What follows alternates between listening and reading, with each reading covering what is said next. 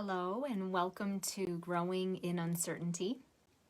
My name is Tess Miller and I am a coach and a sound practitioner, music practitioner. My business is called Wings Unfolded, and I help people who love what they're doing but they're not really sure where it's going or what they are hoping to create with that.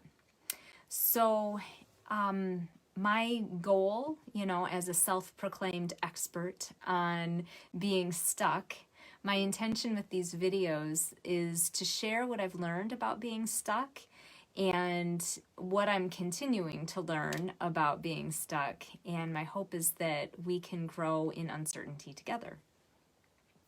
So one of the main issues that anyone experiences when they're stuck is the resistance to change. Resistance to change happens when we've outgrown something, but we're not really ready to let go of the things that we've outgrown. Or maybe we're not aware that we have to let go of the things that we've outgrown. We're not even aware that we have outgrown these things. Plus, it can feel safe and comfortable to just stay with what has seemingly worked in the past, except has it? With any transition, there's always a letting go process that has to happen. For example, if you're moving to a new house, transitioning to a new house, there's always that time period when you're trying to figure out, what do I want to keep? What do I want to get rid of? Do I really want to move this box of school textbooks that I haven't looked at in 15 years, or is it time to really finally part with them? Those kinds of things. And it's important to, maybe ask yourself, what comes up for you when you do try to let go of material things that you've outgrown or you just don't use anymore? How difficult or easy is it for you to do that? Because in a lot of cases, there's an internal transition that has to happen when we let go of even our material possessions. The process isn't a whole lot different. So it's important to take a look at, what are you resisting in that process of letting go of the things that you've outgrown, whether it is material items or maybe it's a belief system, a pattern that you've been engaging in your life, a way of being. Maybe that resistance is coming from the fact that there might be a memory attached to it, or feelings of guilt, or worrying about what someone else might think or feel if you do let go of something. Ultimately, if we're still talking about the house analogy, we want to grow into the new house, but in order to do that, we have to let go of some of the things that we know we no longer need or want. So when there's an internal shift or transition that we realize we need to make, it may or may not be connected with an external shift. Obviously the biggies, house moves, job moves, those require not only the external transition, but also an internal transition. But sometimes there isn't the big external push to transition. Sometimes it really comes from deep inside of us, and it requires us to really become aware of the habit or behavior or belief that has become outdated for us. And once you've become aware of it, then it's kind of hard not to see, well, that's not working for me, and to really look at why it's not working in your life anymore. And then you can really start to see how you've outgrown an old version of yourself. So for example, at some point in my middle-aged life, I really decided that it was time for me to look at my people-pleasing habits, I'll say. And I recognized how unhealthy that way of being was for me trying to make everyone happy all the time. I would base my decisions how to make other people happy or keep the peace to avoid conflict. And I did this in all aspects of my life. I did it at work, I did it at home, with friends, family, at the grocery store. It didn't matter. I was, really trying to make everyone around me as happy as possible. And then, I started asking myself, wait a minute, I'm spending all this time asking what would make other people happy. What if I asked myself, what would make me happy? And why don't I ask that question very often? And when the answers started coming in, I realized that it was a call to make a big transition with a belief that I had, and a way of being in my life. And I realized I had outgrown that people-pleasing way of being. So something that's important to recognize, though, before we talk further on this, is that the beliefs, patterns, behaviors, habits, our ways of being are there for a reason. They developed when we were really young. They kept us safe. There's always a reason behind why we do and say the things that we do and say.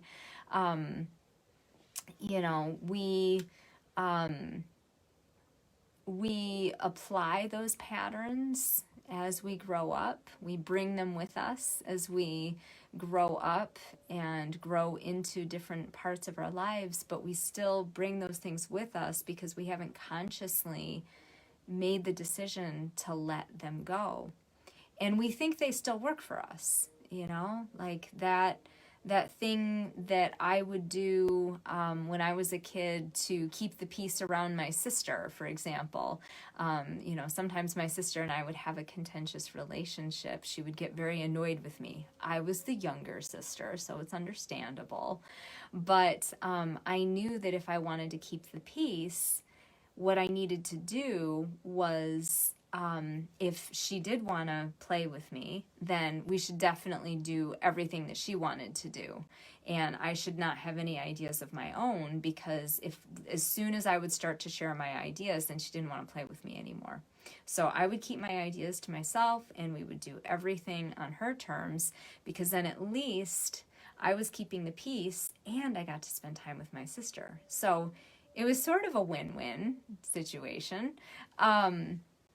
But as I grew up, keeping my ideas to myself and keeping myself small wasn't necessarily the thing that was healthy for me.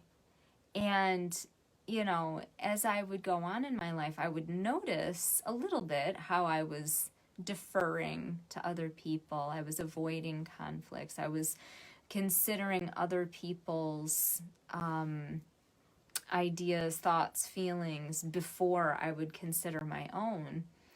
And that helped me have the impression that I was safe in my relationships, even though internally what was happening is a buildup of resentment. So that being said, there is a big story that I wanted to share today about a certain relationship in my life, in my work life, that was quite challenging for me. And I had to really work on my people pleaser self in order to get myself unstuck from being in this dynamic pattern of always deferring to the other person. So anyway, this relationship at a place of employment involved me deferring to, on every decision that we would make together. And I would often find myself sacrificing more time and energy in order for the other person to feel like they had balance in their lives and they wanted to keep collaborating with me. I was always afraid that they wouldn't want to collaborate with me if I made it too difficult for them, or if I put too many work things on them. So I would take them on. Or sometimes I would just sacrifice my own artistic ideas completely because, again, I didn't want to, overstep my bounds or make the other person upset or get into an argument about these things. And over time, I noticed that even though we were collaborating and we were doing things together, my resentment internally kept building up. But I would find ways to, push it down and kind of rationalize what I was doing in this relationship. But eventually, I couldn't ignore my feelings anymore. After a long time of being in this pattern, those feelings don't just go away. Just because you stuff them down doesn't mean that they go away. And so I started to experience some fight, flight, freeze symptoms whenever I would get together with this person. That's how big it was for me in my life. My sympathetic nervous system was, going awry because I wasn't taking ownership for my feelings and being honest with myself about how I was feeling. I would try to do things a little bit differently. I would try to set up boundaries for myself with this person, but after a while, what would happen is I would fall back into that pattern of people pleasing because it was easier, because it felt safer for me, because maybe I didn't have enough energy to keep that boundary up for myself. So anyway, our relationship got worse, and I got to the point where I just couldn't be myself anymore around my colleague, and it threw the colleague off. It actually made them quite upset that I wasn't really setting any boundaries, but I also wasn't really engaging in the dynamic that we used to have either. So we were stuck. Our relationship itself just sort of got stuck. And, being stuck in that pattern meant that nothing was really happening except I was experiencing all of this internal turmoil. So I came to a point where I had to choose whether or not to continue working with this person. Conversations happened, but it wasn't really helping anything. It wasn't furthering the dynamic. And so ultimately, I had to accept something really important for me, and that was that I can't control how other people react to me. And that's what I was trying to do with keeping the peace and being the people pleaser, was that I was trying to manipulate how this other person was reacting to me in order to avoid having them react in a way that was uncomfortable for me. I was putting myself aside, basically. And I realized, okay, I have to finally accept that I can't control how other people react to me. And I need to allow myself to be myself. And it's okay for me to have needs. It's okay for me to have my own ideas, all of those things. So, and once I accepted that I didn't have that control, I could start asking some really important questions like, what do I want in terms of a work relationship? What does a healthy work relationship look like? When have I had healthy working relationships in my life? When have the best collaborations in my life happened? What was going on in that dynamic? And what can I do to cultivate more relationships like that moving forward? And I could really see that in the best work relationships that I had, those were the ones that truly there was an equal give and take. There was a balance in duties. There were discussions about reasonable expectations without judgment associated with those expectations. It was just, hey, I'll do this, you do that. I'm happy to do this if you can't do that. And there was clarity with that, with those duties. And it was very supportive in those great collaborative relationships. There was, the genuine support for the other person's ideas and trying to work with those ideas no matter what. So answering those questions led me back to myself and what I needed in my life, in my working life. And it was definitely something I hadn't been focusing on in this particular colleague relationship. And getting those answers really helped me release the belief that in order for me to work with others, I needed to keep myself small.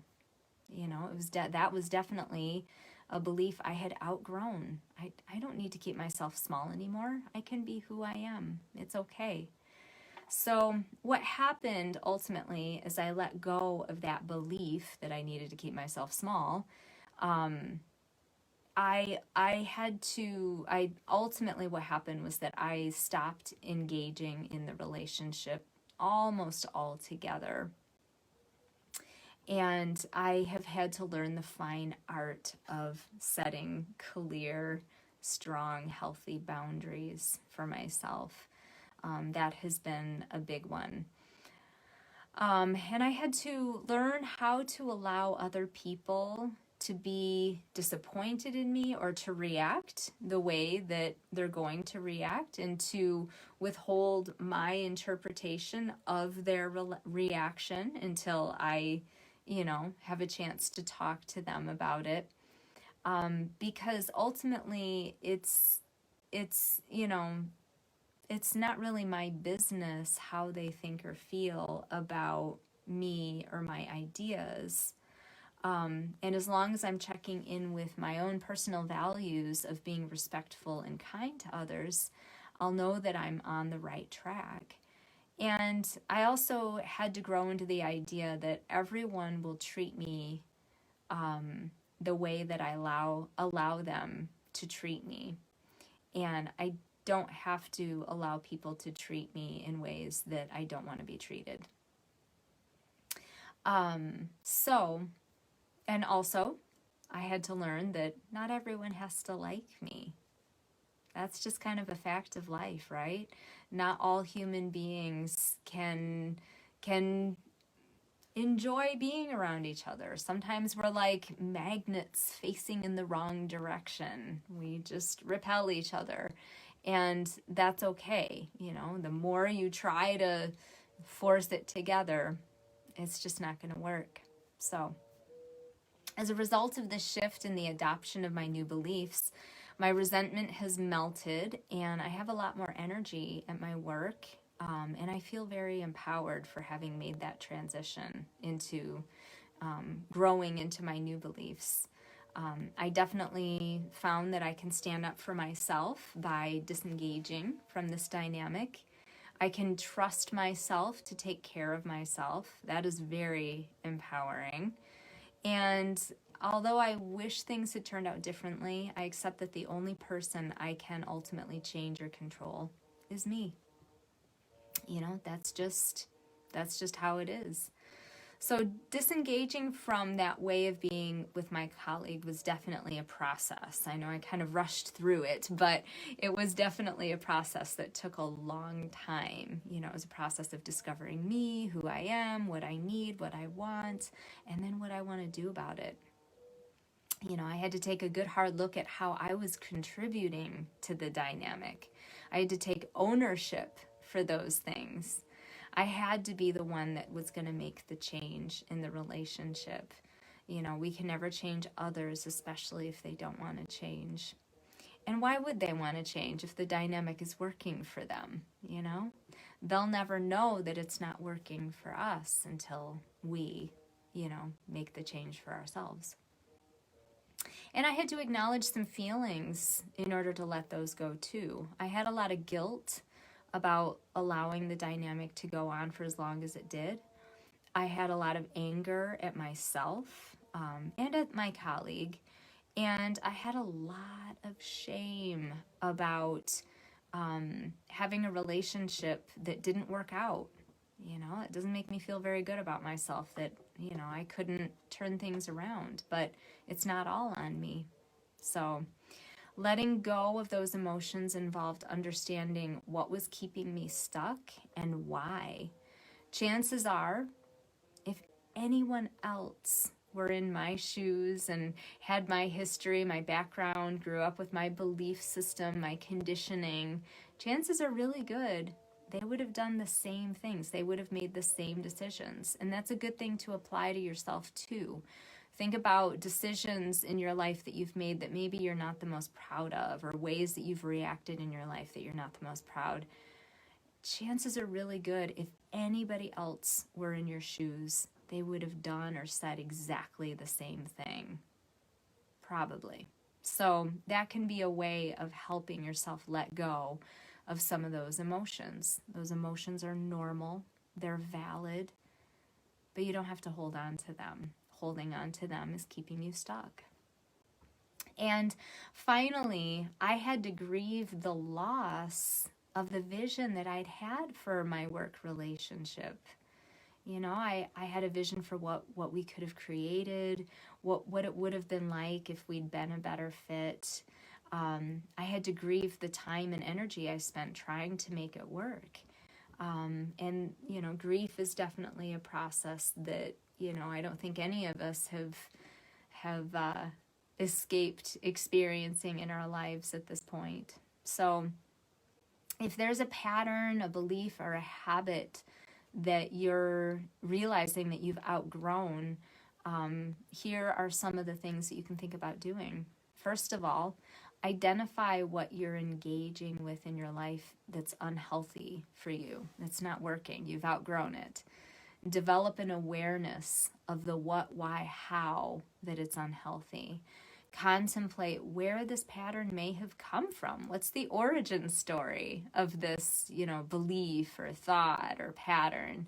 If you can identify the origin story of that way of being, like me and my sister story of keeping myself small in order to just be able to play with my sister, then you can start to, understand it and let go of that belief or pattern or habit. And then ask yourself, how did this way of being keep me safe? Acknowledge that it did. At one point, it did keep you safe. It had a purpose, but it might not be serving you today. The next thing you can do after you've really identified what's not working for you is ask yourself what the new belief or pattern or habit or way of being is that you would really like to adopt in your life. How do you want to be different? How do you want to show up differently? How do you want to do it differently? For example, I wanted work relationships that are more equally collaborative and supportive.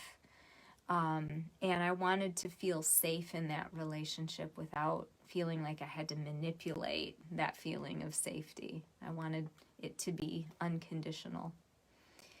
And finally, the last thing that you can do is to take some action and embody your new way of being. For me, this looked like not engaging in the relationship anymore, at least in the way that I have in the past. Really limiting my time with this person, creating boundaries, changing the way that I speak to this person and engage in conversation when we do engage in conversation. But if you're not sure, I don't know how I want to do it differently, this is where a brainstorm list could really help. Write down any ideas. Don't censor yourself, even the ridiculous ones. Move to Tahiti, sure, put it on the list. But this kind of gets your creative juices flowing And you can start to really think of the creative ideas that maybe haven't come to your full conscious awareness yet. But just let the pencil or pen keep writing until you've truly exhausted yourself. And then you can take a look at that list and circle the things that seem reasonable. Probably moving to Tahiti isn't very reasonable. So, sorry. But, taking a look at those items that would work for you now in your life can help you start to visualize yourself actually doing those things. And once you're visualizing yourself doing those things and being different in your life, then chances are really good you're actually going to do it. So the final thing I want to say about all of this is be gentle with yourself. It's not easy to change a pattern that we've been engaging with for a really long time. You've spent years developing that pattern and practicing that pattern over and over and over again. So it's not going to be an overnight change. It's not going to be an overnight transition. It won't be perfect all the time as you make that change. You'll make mistakes because we all do when we're learning something new, and especially when we're learning how to be differently in our lives. Learning new ways of being takes practice. So strategize how you want to practice that. And, let go of the expectations that you might create for yourself. Well, I expect to really embody this new belief by next week. That's probably not realistic. It's probably going to be a process that, ebbs and flows in your life, but eventually you'll realize, wow, I'm automatically choosing this new belief for myself in my life. I'm not falling back on my old ways of being. So it's a great feeling when you can get to that point.